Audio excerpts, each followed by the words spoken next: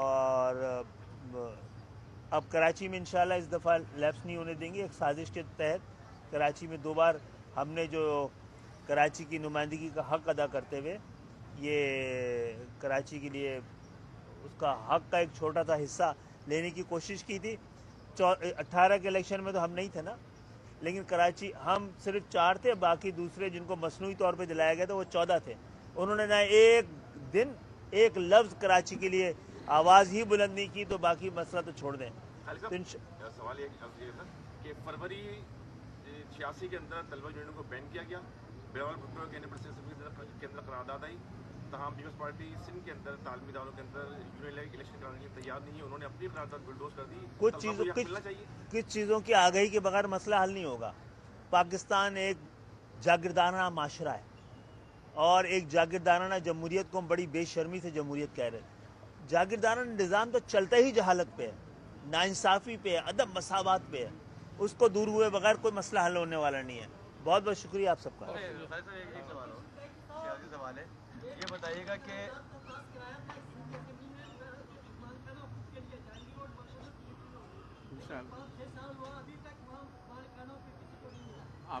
خالد صاحب جی میں کرتا ہوں. یہ بتائیے گا کہ MKM اور پاکستان پیپلز پارٹی کے درمیان دوبارہ سے اختلافات کی خبریں ہیں, اور آپ نے پریس کانفرنس کی, خبریں آ گئی ہیں. اختلافات تو موجود ہیں نا جناب. 50 سال سے کوٹا سسٹم لگا ہوا ہے. یہ کوٹا سسٹم دیہی اور شہری کی بنیاد پہ نہیں ہے, یہ لنگوسٹک اور لسانی بنیادوں پہ لگایا گیا تھا. ورنہ بھٹو صاحب تو جیتے پنجاب سے تھے. پنجاب کے کسانوں کو ان کو خیال نہیں تھا, پنجاب کے دیہاتوں کو خیال نہیں تھا. انہوں نے سندھ میں کیوں لگایا؟ سندھ میں اس لیے لگایا کہ سندھ کے شہری علاقے اور دیہی علاقے ایڈمنسٹریٹیولی نہیں, لسانی طور پہ بھی تقسیم تھے. یہی مسئلہ ہے. اور بدنصیبی یہ ہے کہ 50 سال سے جن کے پاس اس شہر کا کبھی مینڈیٹ نہیں رہا ہے, ان کے پاس اختیار 100% ہے. تو جناب یہ تو قبضے کی تیاری ہے, قبضہ کرنے کی کوشش ہے. تو جب اختلاف ہے تو اس کے اظہار میں کبھی شدت آتی تو لوگوں کو لگتا ہے کہ اختلاف بڑھ گیا. وہ تو موجود ہے, اور وہ نہ اس طرح کی ٹوٹی پوٹی لنگڑی لوڑی جمہوریت اس کا پاکستان کا مسئلہ حل کر سکتی ہے. پاکستان میں جینوین جمہوریت کی ضرورت ہے. جب تک عام پاکستانیوں کے مسئلے کو نہ صرف جانتے ہوں بلکہ زندگی بھر اس سے نبرد آزما رہے ہوں, جب تک وہ ایوانوں میں نہیں جائیں گے مسئلہ حل نہیں ہوگا. کہ جو پاکستان میں تعلیم کے حوالے سے بہت سارے نظام کام کر رہے ہیں, اور ایک ایسا نظام جس نے کہ پاکستان کا بہت بڑا بوجھ اٹھایا ہوا ہے, اور کچھ لوگ مدرسوں کو بوجھ سمجھتے ہیں جبکہ انہوں نے بوجھ اٹھایا ہوا ہے. اس کو بہت غور سے دیکھنے کی ضرورت ہے, اور تعلیم کے ہر پہلو کو, اور تعلیم جس میں شفافیت بھی ہے, ادب بھی ہے, تہذیب بھی ہے, اور کردار اور تربیت بھی ہے. اس کے ساتھ ہی تربیت اور تعلیم کے بعد ہی ایک معاشرہ تعمیر ہو سکتا ہے. اور میں بہت شکر گزار ہوں کہ مجھے آج موقع ملا ہے, اور مجھے بھی آسانی ہوگی کہ ہم اپنے پورے نظام تعلیم کے ساتھ اس شعبے کو جوڑ کے دیکھیں, پھر پاکستان کی تعلیمی معیار کو بھی, اور اس کی لٹریسی خواندگی کے معیار اور اس کا مقدار دونوں کے بارے میں ہمیں تعین کرنا